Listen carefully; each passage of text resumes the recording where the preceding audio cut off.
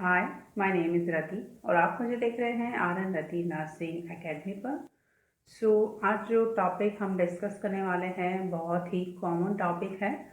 काफ़ी लोगों ने पढ़ा भी होगा और बहुत इजी टॉपिक है, लेकिन रिपीटेशन होना बहुत ज़रूरी है। तो चलिए फिर शुरू करते हैं आज का हमारा टॉपिक। टाइफॉइड फीवर, इसको एंट्रिक फीवर भी कहा जाता है गाइस। और जो टाइफॉइड फीवर है वो आप सभी को पता है कि एक अक्यूट कम्युनिकेबल डिजीज़ होती है। और यहाँ पर ये जो सल्मोनेला टाइफी है वो इसके लिए रेस्पॉन्सिबल होता है, जो कि एक बैक्टीरिया है। तो यहाँ पे आपको ध्यान देना है कि टाइफॉइड फीवर को एंट्रिक फीवर भी कहा जाता है। तो क्वेश्चन कभी कभी एंट्रिक फीवर के नाम से भी पूछा जा सकता है, या फिर ये जो डिजीज़ है टाइफॉइड फीवर वो किस टाइप का इन्फेक्शन है, वायरल है, फंगल है, प्रोटोजोअल है या फिर बैक्टीरियल है। तो आपको ध्यान देना है कि ये जो इन्फेक्शन है वो बैक्टीरियल इन्फेक्शन है एंड बैक्टीरिया का नाम है साल्मोनेला टाइफी। तो यहाँ पर आपने देखा कि हमने एक टर्म यूज़ किया है एंट्रिक फीवर। सो एंट्रिक फीवर के अंदर यहाँ पर typhoid and para typhoid type के जो डिजीजेज हैं दोनों को इंक्लूड किया जाता है एंट्रिक फीवर के अंदर। तो ये भी आपको ध्यान रखना है। अगर हम इसके एपिडेमियोलॉजिकल फैक्टर्स की बात करते हैं तो एजेंट यहाँ पर दो टाइप के एजेंट आपको देखने को मिलते हैं। फर्स्ट है साल्मोनेला टाइफी, जो कि बहुत ही इम्पॉर्टेंट एजेंट है टाइफॉइड फीवर के लिए। 95% जो केसेस होते हैं वो इसी से डेवलप होते हैं एंड जो 5% केसेस हैं वो साल्मोनेला पैरा के द्वारा डेवलप होते हैं। तो यहाँ पर ये दो मेन एजेंट हैं, salmonella typhi and salmonella para. Source of infection यहाँ पर होगा पेशेंट एंड कैरियर्स, दोनों ही यहाँ पर प्राइमरी सोर्स ऑफ इन्फेक्शन होंगे। ये ही डिजीज़ को आगे फर्दर ट्रांसफ़र करते हैं। और यहाँ पर सेकेंडरी जो सोर्स ऑफ इन्फेक्शन है वो है कंटामिनेटेड वाटर, फूड, फ्लाइज या फिर फिंगर। अगर कोई वाटर या फिर फूड कंटामिनेटेड हो गया है फ्लाइज के थ्रू, तो यहाँ पर ये जो सोर्स ऑफ इन्फेक्शन है वो सेकेंडरी सोर्स ऑफ इन्फेक्शन के अंदर इंक्लूड किया जाता है। एंड इन्फेक्टिव मटेरियल कौन सा है जिससे ये जो फूड है वो कंटामिनेटेड हो रहा है? यहाँ पर फीसेस हैं और यूरिन है। इसके थ्रू जो वाटर है, फूड है, वो कंटामिनेटेड होता है। तो यहाँ पर जो मेन इन्फेक्टिव मटेरियल है वो फीसेस एंड यूरिन है। एज ग्रुप की अगर हम यहाँ पर बात करते हैं गाइस, तो ये जो डिजीज़ है वो सभी एज ग्रुप के अंदर देखने को मिलती हैं हमें। लेकिन हम स्पेसिफिक अगर एक एज ग्रुप की बात करें कि ज़्यादा जो केसेस हैं वो हमें किस एज ग्रुप के अंदर देखने को मिलते हैं, तो 5 से लेकर 19 साल का जो पीरियड है उसके अंदर जो टाइफॉइड फीवर के केसेस हैं वो काफ़ी देखने को मिलते हैं। और दूसरा जो मेल है उनके अंदर ये जो टाइफॉइड फीवर है उसके केसेस ज़्यादा देखने को मिलते हैं in compare of females. And अगर यहाँ पर एक बार टाइफॉइड का अटैक हो जाता है किसी को भी, तो उसके द्वारा जो इम्यूनिटी डेवलप होती है वो लॉन्ग लास्टिंग होती है। बट कुछ केसेस में सेकंड जो अटैक है वो भी हो सकता है। एंड कुछ अनहाइजीनिक हैबिट्स होती हैं जिनकी वजह से ये जो डिजीज़ है वो ईजीली स्प्रेड हो सकती है। लाइक अगर ओपन एयर के अंदर डेफिकेशन किया जाता है, यूरिनेशन है, या फिर लो स्टैंडर्ड होते हैं फूड हाइजीन को मेंटेन करने वाले, तो उस वजह से भी जो फूड है वो कंटामिनेटेड हो सकता है और डिजीज़ के जो स्प्रेड होने के चांसेस होते हैं वो भी काफ़ी बढ़ जाते हैं। एंड मोड ऑफ ट्रांसमिशन की अगर हम यहाँ पर बात करते हैं तो फीकल ओरल रूट या फिर यूरिन ओरल रूट, ये दो इम्पॉर्टेंट रूट हैं जिनकी वजह से जो टाइफॉइड फीवर है वो स्प्रेड होता है। एंड इंक्यूबेशन पीरियड 7 से लेकर 28 दिन का पीरियड है जब कोई बैक्टीरिया एंटर हो रहा है बॉडी के अंदर और देन उसके बाद जो सिम्टम्स हैं वो अपीयर हो रहे हैं। तो ये जो ड्यूरेशन है वो 7 से लेकर 28 दिन का ड्यूरेशन है। तो ये काफ़ी इम्पॉर्टेंट है। टाइफॉइड का जो इंक्यूबेशन पीरियड है वो 7 से लेकर 28 दिन का पीरियड है। और इंक्यूबेशन पीरियड से रिलेटेड एक वीडियो मैं ऑलरेडी चैनल के ऊपर अपलोड कर चुकी हूँ। उसमें जितने भी इंक्यूबेशन पीरियड है जो इम्पॉर्टेंट है, जो एग्ज़ाम में पूछे जाते हैं, वो सभी इंक्लूड हैं। मैं आप लोगों को रेकमेंड करूँगी कि वो वीडियो आप ज़रूर देखें। टाइफाइड फीवर जो डिजीज़ है उसके अंदर क्लिनिकल सिम्टम्स हमें किस तरीके से देखने को मिलेंगे। यहाँ पर हमें जो फीवर है वो हाई फीवर देखने को मिलेगा और चिल्स के साथ में ये फीवर हमें देखने को मिलेगा।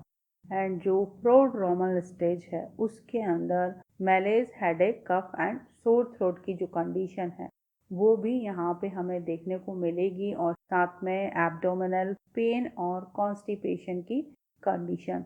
तो ये मेन फीचर हैं जो कि टाइफाइड फीवर के अंदर हमें देखने को मिलते हैं। और यहाँ पर हमें डायरिया की कंडीशन भी देखने को मिलती है, वो अर्ली स्टेज के अंदर देखने को मिलेगी और इसको पी सूप डायरिया भी कहा जाता है। तो ये काफ़ी इम्पॉर्टेंट टर्म है, पी सूप डायरिया, जो रिलेट करता है टाइफाइड फीवर के साथ में।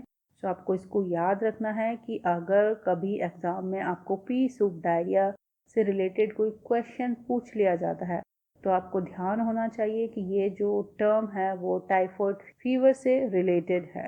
एंड यहाँ पर हमें बॉडी के ऊपर रैशेस देखने को मिलते हैं, तो ये काफ़ी इम्पॉर्टेंट है। और ये जो रैश हैं वो सेकेंड वीक के अंदर डेवलप होते हैं और मेनली ये जो रैशेस हैं वो ट्रंक एरिया के ऊपर देखने को मिलते हैं, जो कि पिंक कलर के होंगे और 2 से लेकर 3 मिलीमीटर का डायमीटर होगा। और ये जो रैशेस हैं वो धीरे धीरे फेड आउट होते जाते हैं। तो ये कुछ मेन सिम्टम्स हैं जो कि टाइफाइड फीवर के केस में हमें देखने को मिलते हैं।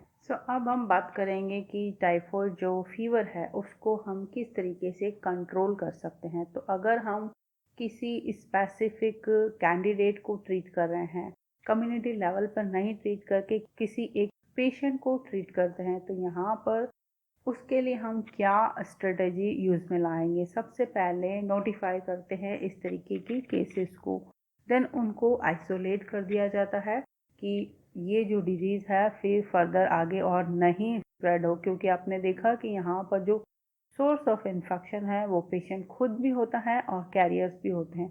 तो इस वजह से यहाँ पे हमें डिजीज़ को स्प्रेड होने से कंट्रोल करने के लिए पेशेंट को आइसोलेट करना होता है। देन ट्रीटमेंट में यहाँ पे हम प्रोवाइड कर सकते हैं फ्लोरोक्विनोलोन्स को। ये एक एंटीबायोटिक है और इसकी एक डिटेल वीडियो चैनल के ऊपर अवेलेबल है, आप उसको ज़रूर देखिए क्योंकि ये जो एंटीबायोटिक्स हैं वो काफ़ी इम्पॉर्टेंट है, तो आप उसे ज़रूर देखिए। एंड यहाँ पर जो फीसेस हैं उनका प्रॉपर डिस्पोजल होना बहुत ज़रूरी है, क्योंकि ये ही सोर्स ऑफ इन्फेक्शन है, तो इनको प्रॉपर वे में डिस्पोज ऑफ करना बहुत ज़रूरी है। तो ये नेक्स्ट हमारा स्टेप होगा। एंड जो भी पेशेंट से रिलेटेड क्लोथिंग है, लीलन है, फोमाइट्स है, इनका डिसइंफेक्शन होना भी ज़रूरी होता है टाइफाइड फीवर के केसेस के अंदर। और जो लास्ट हमारा स्टेप होगा वो है इम्यूनाइजेशन। वैक्सीन्स अवेलेबल हैं टाइफाइड फीवर के लिए, तो हम वैक्सीन्स का यूज़ कर सकते हैं। एंड वहीं अगर हम कम्युनिटी लेवल पर बात करते हैं टाइफाइड फीवर को कंट्रोल करने की, तो यहाँ पे सबसे इम्पॉर्टेंट और फर्स्ट स्टेप होगा हमारा इम्यूनाइजेशन। इम्यूनाइज करेंगे हम यहाँ पर कैंडिडेट्स को टाइफाइड वैक्सीन्स के साथ में। और जो सेफ वाटर एंड सैनिटेशन है उसको इम्प्रूव करेंगे, क्योंकि आपने देखा कि कुछ अनहाइजीनिक कंडीशंस हैं, लाइक ओपन एयर डेफिकेशन है, यूरिनेशन है, लो स्टैंडर्ड ऑफ फूड हाइजीन है, तो इनकी वजह से भी ये डिजीज़ स्प्रेड हो रही है। तो उस कंडीशन में हमें यहाँ पर जो सैनिटेशन है उसको इम्प्रूव करना बहुत ही इम्पॉर्टेंट हो जाता है। और साथ में फूड का सैनिटेशन भी यहाँ पे हमें करना होगा, क्योंकि जो फ्लाइज हैं उनकी वजह से जो फूड है हमारा कंटामिनेटेड हो रहा है, तो वहाँ भी हमें हाइजीन मेंटेन करना है और ये जो फ्लाइज है इनसे प्रोटेक्ट करके रखना है फूड को। और जो नेक्स्ट स्टेप है यहाँ पर कि जो भी कैरियर्स हैं टाइफॉइड फीवर के, तो उनको हमें आइडेंटिफाई करना है और फिर उनका प्रॉपर ट्रीटमेंट करना है, क्योंकि ये भी एक रीज़न हो सकता है यहाँ पर कि ये जो डिजीज़ है वो इनके थ्रू भी कम्युनिटी में फैल सकती है। और जो हेल्थ एजुकेशन है वो यहाँ पे हमें प्रोवाइड करनी है, क्योंकि आपने देखा कि फूड है और पर्सनल हाइजीन है, ये दो मेन फैक्टर हैं जिससे हम जो ये डिजीज़ है उसको कंट्रोल कर सकते हैं। सो इस बारे में जो अवेयरनेस है कम्युनिटी के अंदर वो हमें प्रोवाइड करनी है।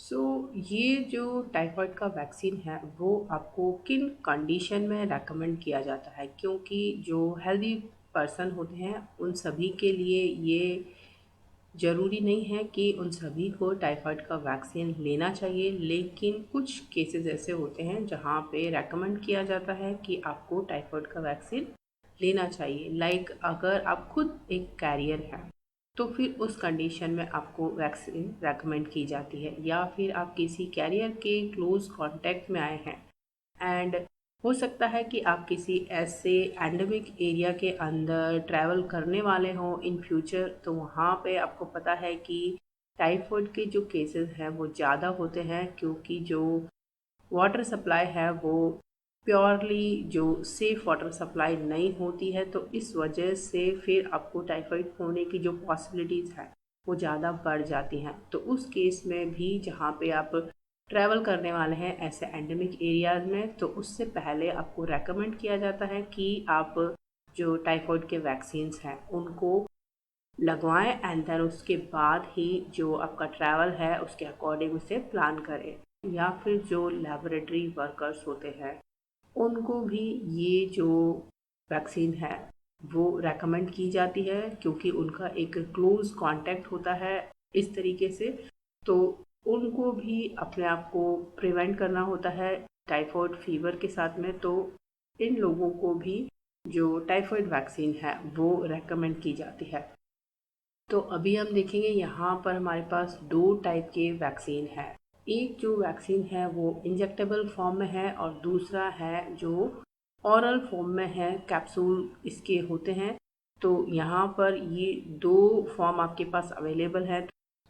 यहाँ पर जो फर्स्ट वैक्सीन है वो VI पॉलीसैकेराइड कहलाता है एंड ये जो वैक्सीन है वो इनएक्टिवेटेड फॉर्म है वैक्सीन का। एंड इसको जब भी हम देते हैं तो हमको ध्यान रखना पड़ेगा कि जो एज ग्रुप है वो जो 2 साल से छोटे बच्चे हैं उनको ये वैक्सीन नहीं दिया जाएगा। एंड इसकी जो सिंगल डोज है वो ही काफ़ी होती है, लेकिन इसका रीवैक्सीनेशन होना ज़रूरी है। तो रीवैक्सीनेशन का लिए जो टाइम पीरियड है वो 3 साल का टाइम पीरियड है। मीन्स कि आपको हर 3 साल के बाद में इसको रीवैक्सीनेट करना होता है, तभी आप अपने आप को प्रोटेक्ट कर सकते हैं टाइफाइड फीवर के साथ में। एंड जब भी हम इस वैक्सीन को यूज़ करते हैं तो इसको सबक्यूटेनियसली या फिर इंट्रामस्कुलरली ही इंजेक्ट किया जाता है। तो ये कुछ इम्पॉर्टेंट पॉइंट्स हैं जो कि VI पॉलीसैकेराइड वैक्सीन से रिलेटेड हैं। तो आपको ध्यान रखना है कि 2 साल से छोटे बच्चों को ये नहीं लगाई जाती है और इसकी सिंगल डोज ही काफ़ी होती है, और रिपीट इसको हम करेंगे 3 साल के बाद में। एंड जो दूसरी वैक्सीन है हमारे पास TY21 वैक्सीन, तो ये जो वैक्सीन है ये लाइव वैक्सीन है और इसको हम ओरली एडमिनिस्टर करते हैं। इसको कैप्सूल फॉर्म में दिया जाता है और इसके लिए जो एज ग्रुप यहाँ पर रेकमेंड किया जाता है कि 5 साल से जो छोटे बच्चे हैं उनको ये एडमिनिस्टर नहीं किया जाएगा, और इसकी जो 3 डोजेज़ हैं वो यहाँ पर रेकमेंड की जाती है। तो फर्स्ट डोज लगती है इसकी, देन उसके बाद फिर थर्ड डे पे इसकी सेकंड डोज है और फिर फिफ्थ डे पर। तो इस तरीके से इसकी एक सीरीज़ है कि 3 डोजेज़ रेकमेंड की गई हैं, फर्स्ट डे पर, थर्ड डे पर एंड फिफ्थ डे पर। फिर इसको भी रिपीट किया जाता है एवरी 3 ईयर्स। तो इस तरीके से आपको ध्यान रखना है कि ये दो वैक्सीन हैं, एक किल्ड फॉर्म है और एक लाइव फॉर्म है। ये टॉपिक हमारा यहाँ पर कंप्लीट हो गया है। इससे रिलेटेड आपकी कोई भी क्वेरी है, कोई डाउट है, तो आप नीचे कमेंट बॉक्स में कमेंट कर सकते हैं। एंड वीडियो को लाइक एंड शेयर करना बिल्कुल भी मत भूलिए। Till then take care, keep studying and bye bye.